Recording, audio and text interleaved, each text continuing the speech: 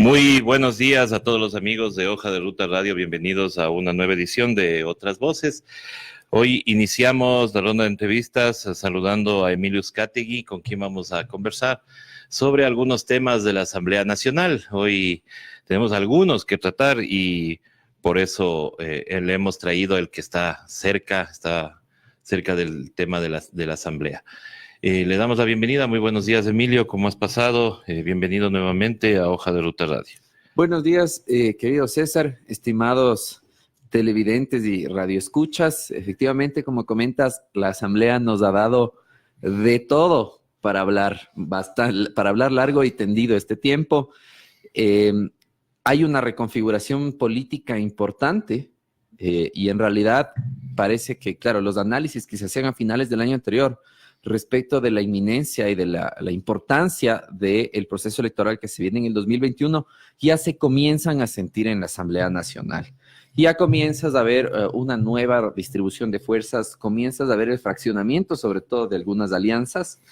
En eso ya vimos desde el año anterior, primero, durante todo este tiempo, durante el gobierno de Moreno, el bloque legislativo principal fue conformado entre el Partido Social Cristiano y Alianza País morenista. Alianza País, que ya no me gusta ni decirle Alianza País, porque eso no es una alianza y no tiene proyecto de país, entonces, claro. Pero bueno, AP y el Partido Social Cristiano fueron los que aguantaron una mayoría legislativa importante, que en gran medida fue la que permitió generar gobernabilidad en torno al proyecto de Moreno.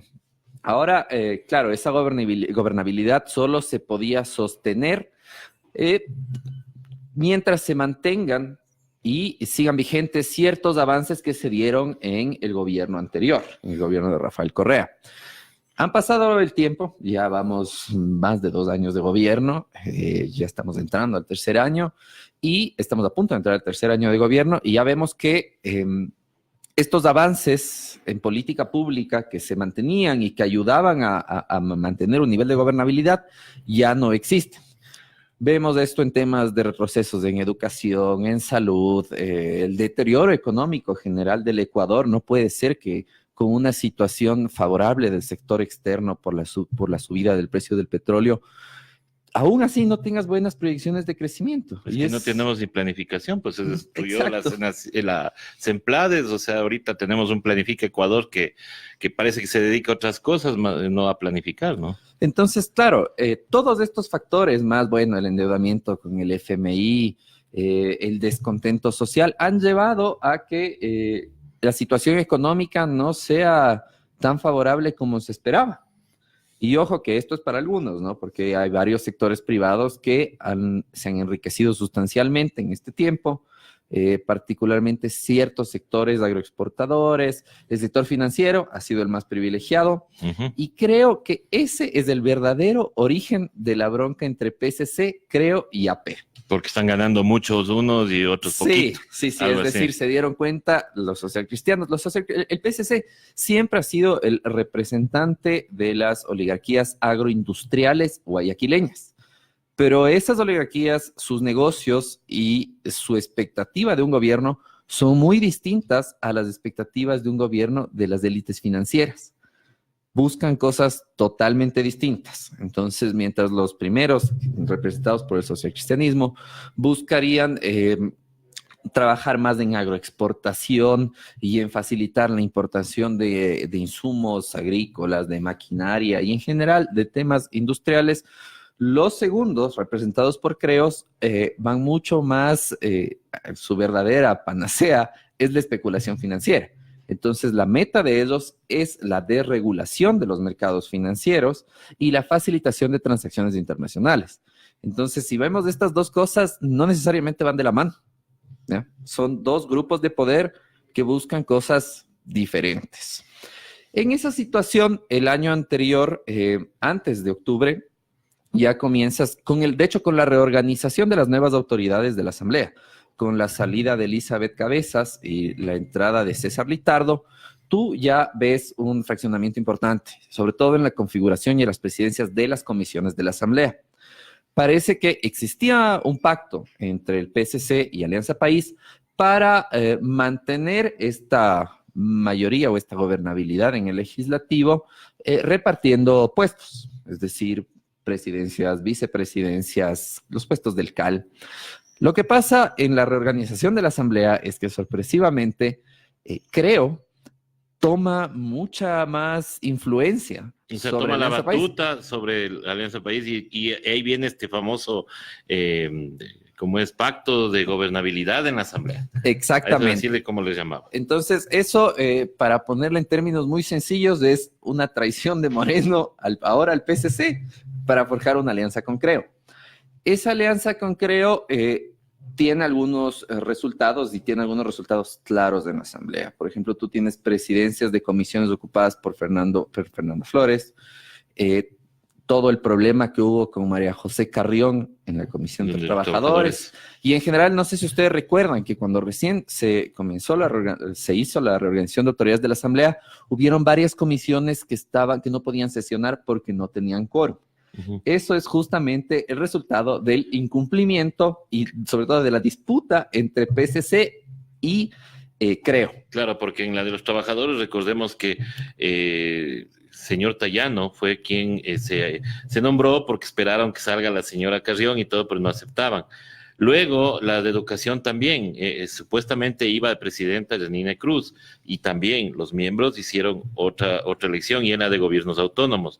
Sin embargo, ahí viene una de las tantas violaciones a la ley, cuando por decisión del CAL se bajan todas esas elecciones y vuelve nuevamente a otra elección y ahí nos quedamos como 3 meses sin comisiones, ¿no? Sí. Esa fue efectivamente la forma en la que ya se llegó a consolidar este pacto de gobernabilidad entre Creo y Alianza País. Cojo que este es un pacto bastante sui generis, ¿no? Porque era un pacto puertas adentro en la Asamblea, pero públicamente tú no veías, por ejemplo, a Guillermo Lasso defendiendo con vehemencia a Lenín Moreno, cosa que Cynthia Viteri y Jaime Nebot sí hicieron en sus primeros momentos de alianza con Lenín Moreno. Esto ya nos da una pauta de que la alianza con Creo es mucho más frágil. Ahora, las razones para el rompimiento de esa alianza con el PCC, para mí son desconocidos. Es decir, yo no me arriesgaría a dar una razón fija para eso. ¿No vino eso desde la salida del ministro Campana, por ejemplo? Desde ahí ya hubo un resquebrajamiento de esa alianza, porque desde ahí ya vino pues el pequeño distanciamiento. Pero bueno, ahí hay que hacer también un análisis de a qué lado jugaba cada uno. En el caso particular del ministro Campana, él es yerno de Isabel Noboa, que es dueña de Novis, que es de uno de los grupos empresariales más grandes de Guayaquil. Y ella siempre ha sido cercana al PCC. Sin embargo, todos los proyectos, los nuevos proyectos de emprendimiento y de innovación que ha estado realizando Novis han estado haciéndose más cercanos al sector financiero. Entonces, ahí, lastimosamente, y yo no quisiera llegar a este tipo de explicaciones que suenan a chisme de barrio, pero si algo me he dado cuenta en estos años es que en realidad Ecuador en gran medida, en estos tiempos, lastimosamente, se maneja así. Es como un pacto entre hacendados. Entonces, lastimosamente no podemos realmente trazar la magnitud de estas alianzas porque, mira, como en el ejemplo que te digo, muchas veces es un tema muy personal de antipatías y simpatías personales que no se manejan en el ámbito político. Nosotros no nos enteramos de quiénes se llevan bien mal con quién, no. Esa disputa de poder se da en otros espacios, particularmente ahora, en medio de las delitos. Mucha gente del pueblo lo que dice es, sí, parece que se pelean todo, pero igual, cuando hay que hacer un negocio, todos van juntos. Efectivamente. Entonces, eso actualmente sí se puede evidenciar. Entonces, tú ves, por ejemplo, que el PCC hace oposición a ciertos proyectos del gobierno, pero es una oposición que más bien suena a chantaje político que en realidad a una razón motivada para negarse a sus proyectos. Y esto es muy extraño porque lo que termina pasando es que varios proyectos de ley específicos terminan teniendo posiciones muy radicales de partidos que no esperarías. En la última ley económica urgente tú tuviste, bueno, por un lado una oposición fuerte del correísmo y fundamentada. Entonces, lo que te decía es, tú no puedes seguir afectando el consumo de la clase media mientras perdonas impuestos a los más ricos, tú no puedes facilitar la especulación de capitales. Esa era la posición del correísmo. Pero también tenías una posición social cristiana en contra que no sabía explicar bien el por qué. El por qué. Ajá. Entonces, claro, ahí también vemos una forma políticamente de tensar la cuerda un poco. Recordemos que ese proyecto de ley, justamente gracias a la gestión del correísmo, en el primer debate no pasó. Uh-huh. Entonces, esos han sido una serie de pequeños...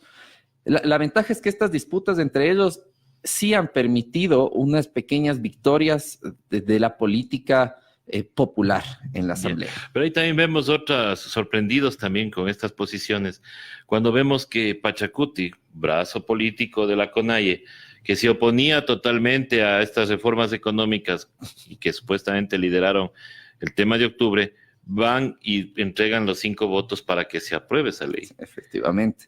Miren, en el tema de Pachacuti y cómo se ve el sector indígena en este momento. Desde octubre, claro, generó una reconfiguración de fuerzas políticas a nivel nacional tremenda.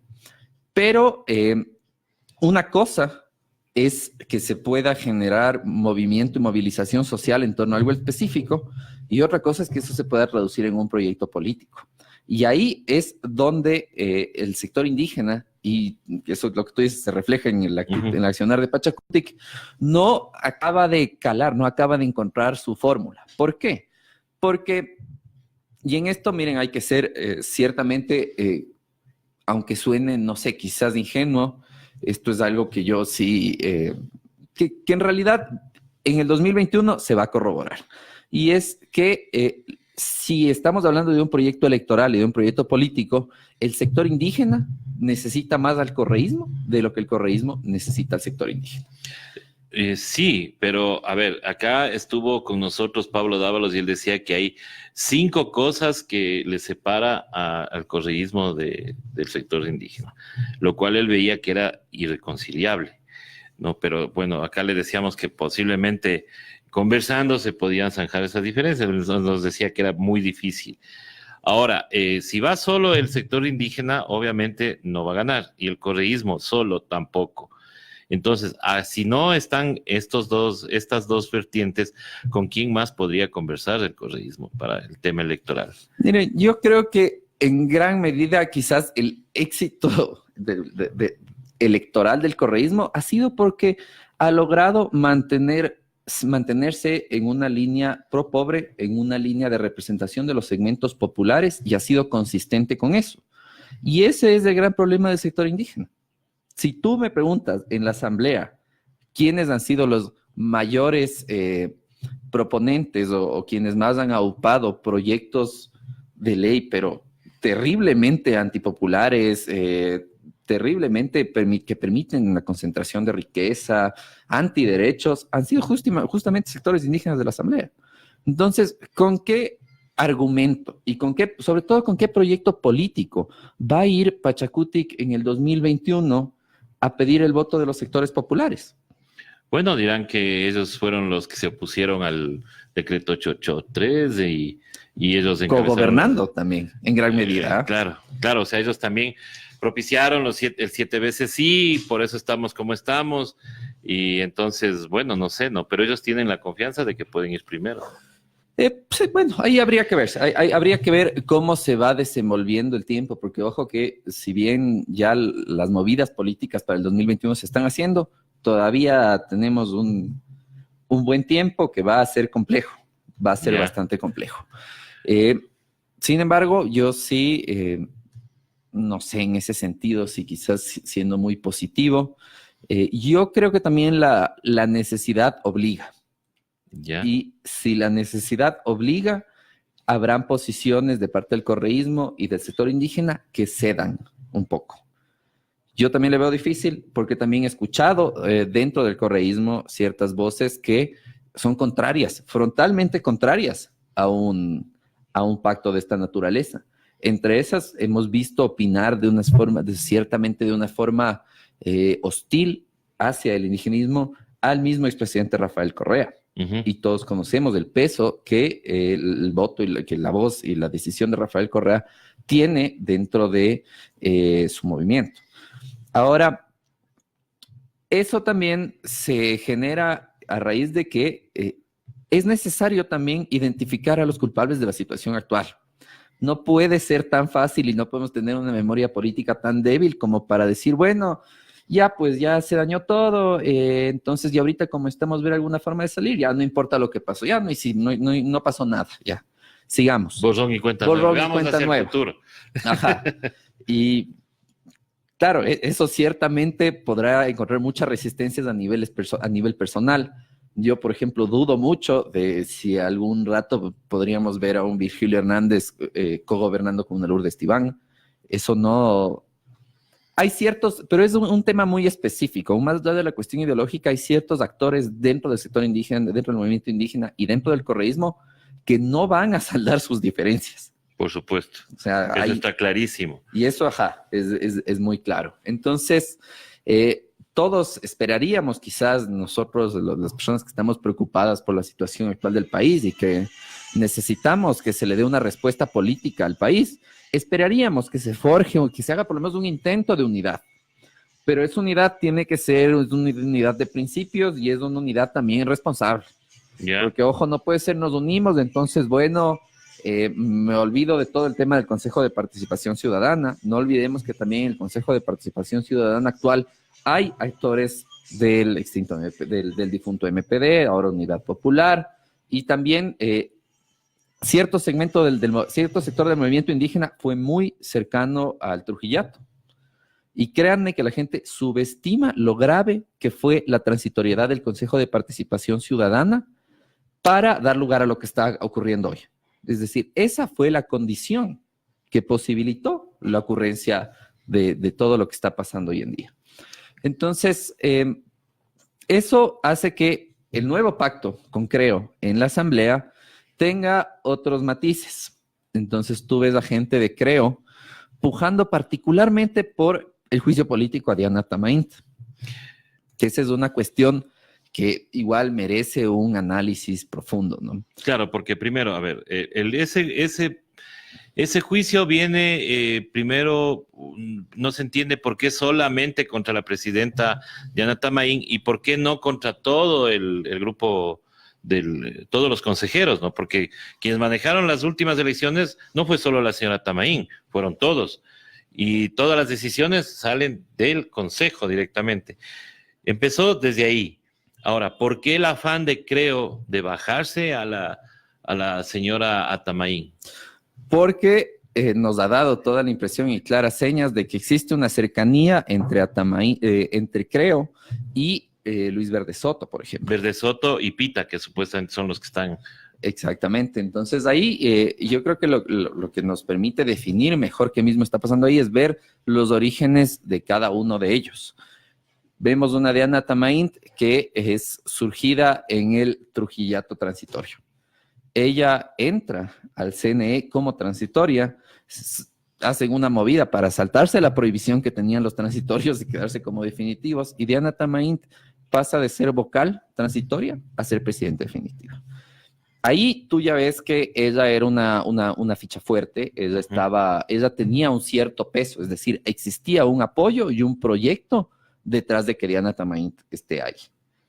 Entonces, y esto de la señora Tamain, nosotros lo veíamos como una pieza fundamental, pero desde el lado socialista del señor Enrique Ayala Mora. Exactamente. Y muy cercano, obviamente, al señor Trujillo, ¿no? Exacto. Entonces, claro, violaron igual nuevamente la ley y le nombran a ella principal cuando no podía porque esa fue transitoria. Ahora, ¿pero por qué? Si eso apoyó, creo, ahora sí quisieron bajarle. Porque ahora también la gestión de Atamaint viene con ciertos acercamientos y distanciamientos un poco extraños. Yo, por ejemplo, me hubiera imaginado que la entrada de Atamaint suponía revivir la causa de los Yasunidos, por ejemplo. Sí, por ejemplo, a eso todo el mundo apuntaba, ¿no? De que posiblemente ella iba a dar paso a la... Y como tú dices, tomando en cuenta la cercanía de ella con, por ejemplo, con Enrique Ayala Mora, con el Trujillato, tú hubieras esperado que tenga una mayor cercanía y un mayor favor, si se quiere decir, hacia particularmente los Días Unidos, Días Unidad Popular, pero no se ha dado del todo. Es decir, vemos una Diana Tamain que no toma decisiones en general.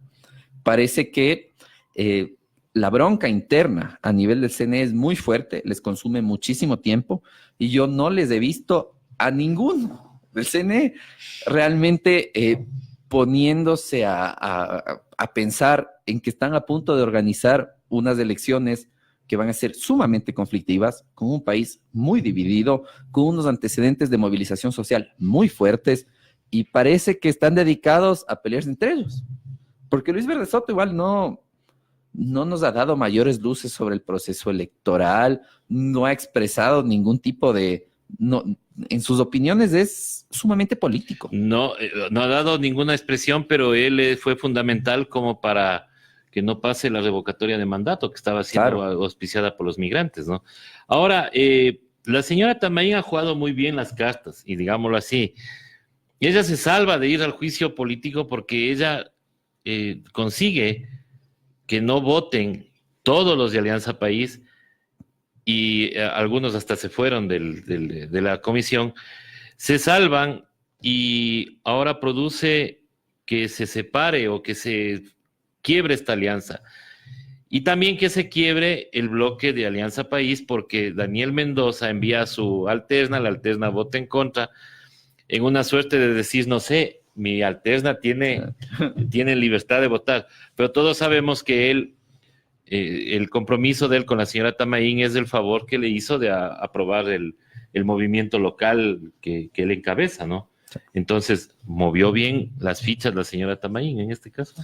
Sí, pero, a ver, yo creo que incluso más allá de que sí, la verdad ha actuado de una manera bien astuta en el marco del juicio político, de todas formas, yo no siento que fue mucho mérito de ella salir bien librada.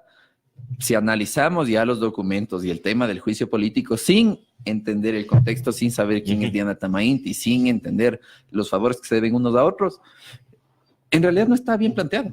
No estaba bien planteado porque adolecía de algunos temas de forma graves, y algunos de estos los medios tradicionales los replicaron alegremente y les hicieron quedar como el zapato a los proponentes. La copia. Exacto. La copia que debería el CAL de oficio seguir un proceso, ¿no?, administrativo, pero que no lo ha hecho. Y que seguramente no lo hará, pero también yo creo que muchas veces desde afuera tendemos a maquinarle o a profundizar mucho las cosas que pasan en la asamblea. Hay varios asambleístas que ni siquiera están muy enterados ni muy involucrados en el tema. Entonces, ¿qué haces? Si en la noticia del mediodía te sacan, pero unos errores manifiestos en el planteamiento del juicio político, a no ser que alguien venga y te haga un lobby y te explique por qué es importante que se vaya o no se vaya también, tú dices, yo no me voy a jugar por esta tontería, pues está mal hecho. Claro. O sea, muchas veces es así de simple, y lo mismo pasa con varios proyectos de ley. Entonces, ahora, esto sí evidencia un nuevo momento en la Asamblea. Y ese nuevo momento viene primero con el fraccionamiento, que ya se ven ciertos fraccionamientos importantes dentro de Alianza País, que yo creo que todo lo que quede de este periodo legislativo va a ser pérdida para Alianza País. O sea, aquí va a haber un desgrane. Sí, un desgrane tremendo, porque lo cierto es que el gobierno de Lenín Moreno, ya diciendo en términos muy simplistas, huele a muerto. Ya. Nadie quiere estar cerca, incluso los mismos de Alianza País. Ahora, las opciones y los caminos que vayan tomando ellos, eso sí es, por el momento, nadie sabe. Tengo entendido que dentro de esa bancada tiene muchísimo peso el José Serrano, Daniel Mendoza, Jimena Peña, porque creo que Jimena Peña quizás ha sido la que más se ha jugado por el morenismo y ahora va a irse quedando en el aire. Entonces, va a ser muy interesante ver dónde terminan esos votos. Y ver por dónde van a buscar la reelección también, ¿no? Sí. Porque ya vemos, Daniel Mendoza tiene su movimiento local, pero no se sabe de los demás a ver si ellos también han hecho algún movimiento y ya se están separando, ¿no? Sí, entonces cada vez les vemos. Y ojo que también hubo una gestión al interno del gobierno, conducida por María Paula Romo, el tema de coordinación política con el legislativo, que sí te da, pues también te deja pensando en algunas cosas. Entonces, tú ves que, por ejemplo, al comienzo del fraccionamiento de Alianza País, entre correísmo y morenismo, Silvia Salgado jugó un papel fundamental para el morenismo. Fundamental. Uh-huh. Sin embargo, luego ya pasa el tema, le quitan el Partido Socialista, vuelve ahí a la Mora. Eso es impresentable. Entonces, tenemos a una Silvia Salgado que si bien manejaba de cierta forma algún segmento del bloque de Alianza País, ya entra en frontal disputa contra el gobierno, porque no... hay temas que son inaceptables, es decir, hay líneas rojas que se pasan que no se pueden cruzar. Exacto. Entonces, y me parece una mala gestión, porque ¿qué favor le podría hacer Enrique Ayala Mora ahorita al gobierno? Ninguno, pero... Tuitear. Tuitear y desvirtuar el audio, ¿no? Claro. Que es lo único que ha hecho. Pero, a ver, Silvia Salgado ahora también está enfrentando la expulsión del Partido Socialista, o sea, ella también se va a quedar sola. También se va a quedar posiblemente en el aire. Uh-huh. Entonces, si ves, mira, con lo poco que hemos conversado, vemos que cada uno tiene una historia muy concreta sobre qué es lo que ha pasado y no podemos sino especular en qué van a hacer. Claro. Ahora, el fraccionamiento que viene del movimiento Creo, y que a mí me sorprende que hoy ya debe haber dado la rueda de prensa el señor Roberto Gómez Alcíbar, sobrino político de Guillermo Lasso, que es el dueño del partido, resulta que es expulsado porque, según un comunicado y según un tuit del señor Guillermo Lasso, porque se ha portado mal contra el señor Pachala. Ahora, la posición de Roberto Gómez siempre fue la oposición a ese acuerdo con Alianza País. Eso fue desde un principio. Ahora, Creo entró con un importante número de asambleístas, pero se han ido desgranando. Creo, y Creo como concepto y como proyecto político también se desgranó totalmente. Para mí Creo ya no existe. Y ya no existe, ¿por qué? Porque la ventaja, el posicionamiento de Creo era un posicionamiento ideológico y necesariamente antagónico al correísmo. ¿Ya?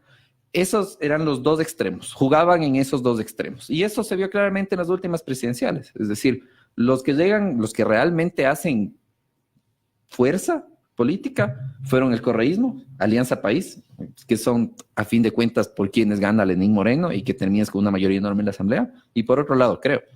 Más allá de eso, no tenías actores realmente importantes, porque la polarización política era correísmo, por izquierda, sector popular, por la derecha, Guillermo Lasso, y con un discurso de libertad que siempre fue de libertad y emprendimiento, que siempre fueron extremadamente vacíos, pero que les sirvió para ganar una buena cantidad de curules en la asamblea. Ahora, ¿qué es lo que pasa? Se van licuando estos dos extremos, ¿no? En la mitad, en este periodo de gobierno y en este periodo legislativo, se va licuando estos dos polos. Y el único que se mantiene realmente firme en su convicción, en su representación política, y que incluso la exacerba y la exagera más, es el correísmo. Porque el correísmo en el fraccionamiento con Alianza País dice, ok, no, ellos son los que le están haciendo juego a la derecha, ellos son los que están cogobernando con Moreno, ellos son los que están cercanos al FMI, ellos son los que están presentando un proyecto político antipopular. Nosotros no vamos a ser parte, somos oposición frontal y esa fue su posición desde un inicio. Entonces, en esos dos extremos que definieron las elecciones presidenciales anteriores, el único que sigue existiendo es el correísmo. Fuera de eso, ahora entras a un pacto político de Creo con Alianza País, que para el votante de Creo, que es un votante extremadamente odiador, por así decirlo, eso es inaceptable. Claro. Eso es absolutamente inaceptable. Con eso creo que quema en gran medida su capital político y ahí también nos merece un análisis más profundo. Y es qué compone Creo, quiénes son Creo. Entonces en Creo tú tienes una serie de vertientes distintas que en realidad difícilmente les podrías ver algo en común más allá de su pica con el correísmo. Difícilmente. Tú tienes, por ejemplo, ciertos sectores empresariales que están representados en Creo, que en realidad, más allá de la cuestión ideológica, les interesa el tema económico. Esos son los que están ahí haciendo y viendo los negocios como de costumbre. Es decir, no son gente que en realidad te tiene una vertiente ideológica fuerte, son gente que en realidad podrían, incluso son los que promueven justamente el pacto con Alianza País, ¿ya? Porque a fin de cuentas, algunos asambleístas de Creo no les interesa más que mantener ciertos beneficios para ciertos sectores económicos de los que representan. En ese sentido, que yo me vaya con Creo, con Alianza País, con quien sea, no es relevante.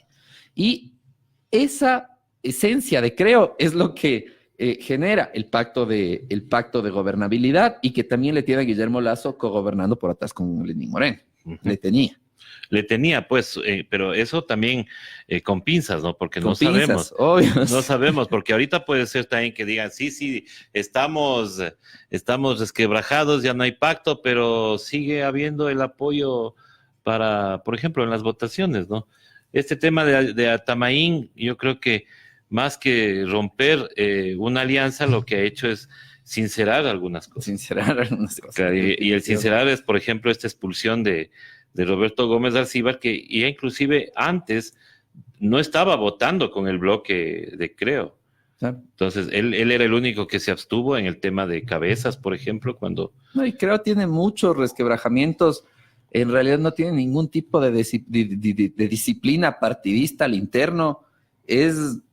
Y es justamente por cómo está configurado. Entonces tú en Creo tienes este primer grupo, la gente que está detrás del negocio, que son justamente los que forjaron el pacto con Alianza País. Que eso no tiene un mayor cuestionamiento ideológico. Si me ves ahí, no es ni siquiera el argumento de odio contra el correísmo, no es ni siquiera un argumento neoliberal en estricto sentido, es simplemente en el Estado hay posibilidad de hacer plata, hay posibilidad de hacer favores, hay posibilidad de hacer negocios, entonces yo me acerco al gobierno. Eso es lo que motivó el pacto.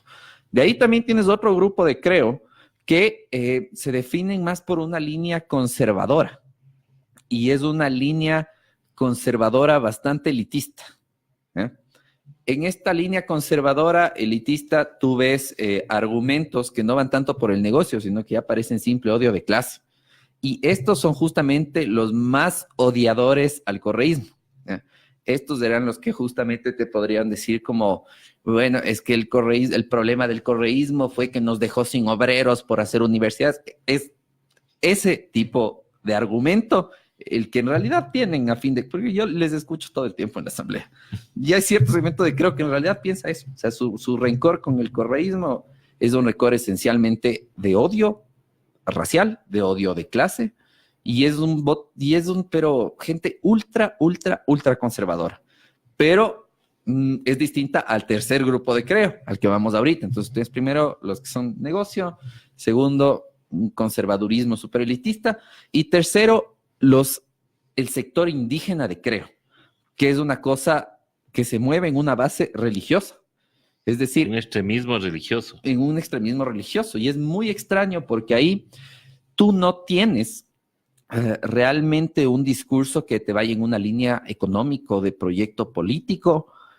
Tienes un discurso que es simplemente el correísmo persiguió y destruyó a la familia, que podrían tener un discurso parecido a estos conservadores elitistas, pero políticamente están organizados de una forma totalmente distinta. Ahí tienes Luis Pachala, tienes Pedro Curichumbi, y yo veo clara, yo con Luis Pachala ha tomado mucho más poder del que tenía antes dentro del bloque de Creo.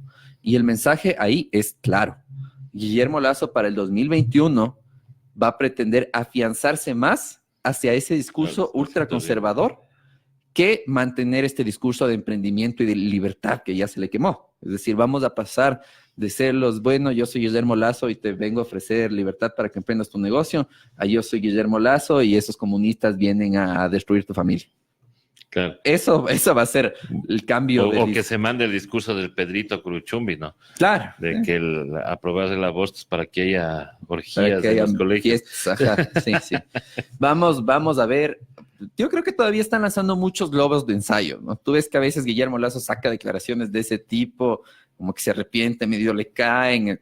Todo el mundo Por ejemplo, está el tema de la CNCID tanteando. y el ser bachiller, por ejemplo, eso fue un globo de ensayo para ver si puede coger al segmento millennial en este caso, ¿no? Pero es una demagogia, pero es un simplismo en los argumentos que ya es terrible. Pero por el momento igual no podemos decir nada en firme porque todo están lanzando globos de ensayo. Entonces, el resquebrajamiento de Creo tiene como factores, primero, un liderazgo debilitado de Guillermo Lasso, porque ya incluso dentro del mismo bloque, con las alianzas que se han ido forjando dentro del gobierno y ya con miras al 2021, yo creo que hay varios asambleístas de Creo que ya se cuestionan si quieren mismo ser de Creo.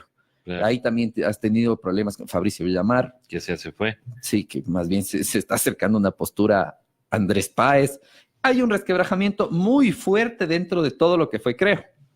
Y también ahí es importante mencionar a Andrés Páez, ¿no? Uh-huh. Andrés Páez, que pasó de ser la cara visible de Creo en Quito, ahora pasa a ser un anónimo total y ves a un Fabricio Villamar que está peleando por cooptar ese espacio, pero que no sabe cómo.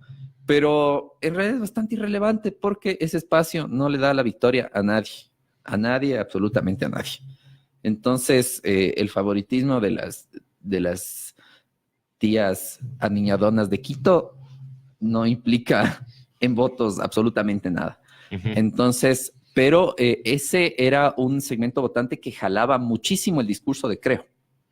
Claro, y tenía mucho apoyo, en este caso Andrés Páez, pero Andrés Páez ha ido diferente, ¿no? Ha ido cambiando, mejor dicho, se ha hecho una persona totalmente diferente. Ahora a él también le vemos con un extremismo religioso, sí, y con un discurso bien copiado a Bolsonaro, ¿no? Sí. Es la religión, el porte de armas, ese tipo de cosas. Y yo creo que ahí también va a haber gente de Creo que va a irse por ese lado. Ahora, va a haber una cosa importante en la Asamblea y que tendríamos que observar, es cómo va a actuar ahora Creo con el juicio planteado por Roberto Gómez Dalcíbar a María Paula Romo. ¿Será que le apoyan? ¿Será que le salvan nuevamente a María Paula Romo? Porque también vemos una comisión de fiscalización totalmente polarizada, ya vamos a ver expulsiones dentro de esa comisión. Entonces, ¿qué va a pasar con ese juicio político? María Paula Romo, la gestión de María Paula Romo es tal que ha logrado que dos vertientes totalmente distintas quieran su salida. Entonces, ¿por qué es muy distinto el juicio de María Paula Romo a otros procesos políticos anteriores? Porque en procesos políticos anteriores tú tenías una cancha bastante definida, tenías una mayoría de gobierno que manejaba la misma María Paula Romo, y que sí te daba que era una mayoría holgada. Ahora hay que ver cómo opera el nuevo pacto de gobernabilidad cómo opera después de la ruptura entre Creo y Alianza País, cómo sigue operando ese pacto ya a nivel de un juicio político. Porque detrás de la cabeza de María Paula Romo, ya a esta altura tienes al correísmo, uh-huh, tienes a ciertos sectores del socialcristianismo y tienes a Creo. Ciertos sectores de Creo, porque mira, yo estoy seguro que esta primer grupo de asambleístas de Creo, a los que yo me refería como los que simplemente les gusta hacer negocio y que no tienen ninguna ideología, ellos no van a votar en contra de María Paula Romo. No, para nada se van a ir en contra. No se van a ir en contra de María Paula Romo. Por otro lado, también hay cierto segmento de Creo que por las marchas va a montarse, no necesariamente va a atacarle con el tema de la represión. Es decir, octubre para cierto sector de Creo fue más bien una muestra de fuerza estatal legítima, ¿eh? Para cierto sector de Creo. Entonces, ahí ya tienes varias opciones de voto a favor y en contra de María Paula Romo. Entonces, pero va a ser un proceso muy importante porque nos va a permitir delinear cómo va a funcionar este fraccionamiento de Creo, qué vertientes se van formando y cuáles se van a ir pegando a quién. Y eso es bastante importante. Ahora, yo de todas formas, aunque personalmente yo creo que a raíz de octubre, María Paula, lo mínimo que tenía que pasar con María Paula Romo es que sea destituida por juicio político. Por supuesto. O sea, otro resultado pues inaceptable. Pero a pesar de aquello, yo creo que sigo viendo complicado que prospere un juicio político en contra de María Paula Romo. María Paula Romo ha manejado ciertamente con habilidad, ella es la que lleva las negociaciones de gobierno en la Asamblea. Hay que ser muy... Bueno, ella es asidua visitante de la Asamblea, ¿no? Sí. Ella operaba directamente, en este caso operaba antes con con Elizabeth Cabezas y ahora con el señor Litardo, que parece que es mucho más servil que la señora Cabezas, ¿no? Al gobierno. Chuta, y si es que se puede ser más servil, pero parece que no, pues sí. pasaba cafés en el diálogo de octubre, pues, o sea, sí estaba pasando cafés a don Lenin, o sea, no, más servil sí ha sido. A Cabezas no le hemos visto en ese plan de servir cafecitos. Sí, bueno, es cierto, se han cruzado varias líneas. Pero yo de todas formas veo complejo que prospere un juicio político a María Paula Romo. Ahora, si se logra, qué mejor. Pero también hay que tener mucho cuidado con lo que están anunciando actualmente. Yo veo algunos voceros, por ejemplo, de Creo, que han denunciado un pacto entre el Partido Social Cristiano y el correísmo, que no es tal. Ya les digo, el socialcristianismo más bien lo que juega es a veces a pincharle un poco al gobierno para ver si se genera un pacto mínimo y nada más. Pero en general, así, un pacto en todo sentido entre el correísmo y el socialcristianismo no va a pasar. Y además porque, a diferencia de Creo, los socialcristianos sí entienden una cosa, que su lugar es como legítimos contradictores del correísmo. ¿Ya? Por fuera de eso, el juego ya se vuelve muy difuso, ya nadie sabe quién es quién. Pero si mantienes con que el único como partido que se ha mantenido en sus pilares fundamentales es el correísmo, la única forma de ganarle votos es ponerte como el único legítimo contradictor al correísmo y sacar el voto odio, claro, que también puede ser grande. Entonces, estas disputas, lo bueno es que ya mirándole al 2021 y quizás siendo un poco positivo, estas disputas son favorables para el país. Son favorables en el sentido en el que no permitirán que se consolide un proyecto neoliberal ultraconservador para el 2021. Porque yo a esta altura veo muy complejo que un PSC haga un pacto con Creo para mandar un candidato único. Dudo que pase por un tema de egos, dudo que pase porque ambos responden a intereses económicos distintos, aliados, pero distintos, que a fin de cuentas les pueden generar bastante problema. Entonces, eso sí va a ser favorable, porque después de octubre pasamos de este neoliberalismo light, bueno, hacemos negocios entre nosotros y todo queda entre panas, y lo único que era la política era, le caemos al correísmo y ya, ahí muere la política. Nosotros, puertas de afuera, nos dedicamos a hacer negocios. En octubre ya pasamos de esa etapa. Ahora están muy claros que no van a poder mantener un proyecto de ese tipo si no es por la fuerza. Y para eso necesitas unos candidatos que estén dispuestos a repartir palo, así, tan feamente como suena. Y por eso es que todos ahora se están aliando más a ese discurso. Armas libres, pero un discurso que no es, se disfraza de antidelincuencial, pero en realidad es de antiderechos humanos. Entonces tú ves cada vez que hay alguna noticia de la delincuencia, sale alguno a decir, sí, es que si les mataran a todos, es que estos son así, hay una estigmatización y se siembra en la sociedad esta sensación de miedo. Y eso es parte de la agenda del 2021, porque es justamente lo que va a permitir unificar a un candidato que esté dispuesto a dar palo. Ahora, el riesgo y la respuesta a eso tiene que ser un humanismo exacerbado. Es decir, no permitir que nos ganen con esta agenda del miedo. Nosotros como ciudadanos, miren, yo estoy claro que hay una alza delincuencial tremenda en el país, pero no podemos permitir que eso se canalice y se traduzca a bueno, como tengo miedo por los delincuentes, quiero un presidente que odie los derechos humanos y que le caiga a palo a todo el mundo. Porque el argumento para caerle a palo a todo el mundo no es les caigo a palo a los delincuentes, les caigo a palo a cualquiera que me quiera molestar. Y el cualquiera que me pueda molestar, podemos ser cualquiera de nosotros. Entonces, eso sí, yo creo que más bien esa tiene que ser una tarea ciudadana importante. No dejarnos comer por ese discurso. Claro, así es. Bueno, mi estimado Emilio, hemos conversado de algunos temas. Te quiero agradecer por haber venido a esta invitación de Hoja de Ruta. Esperamos contar contigo en otra ocasión.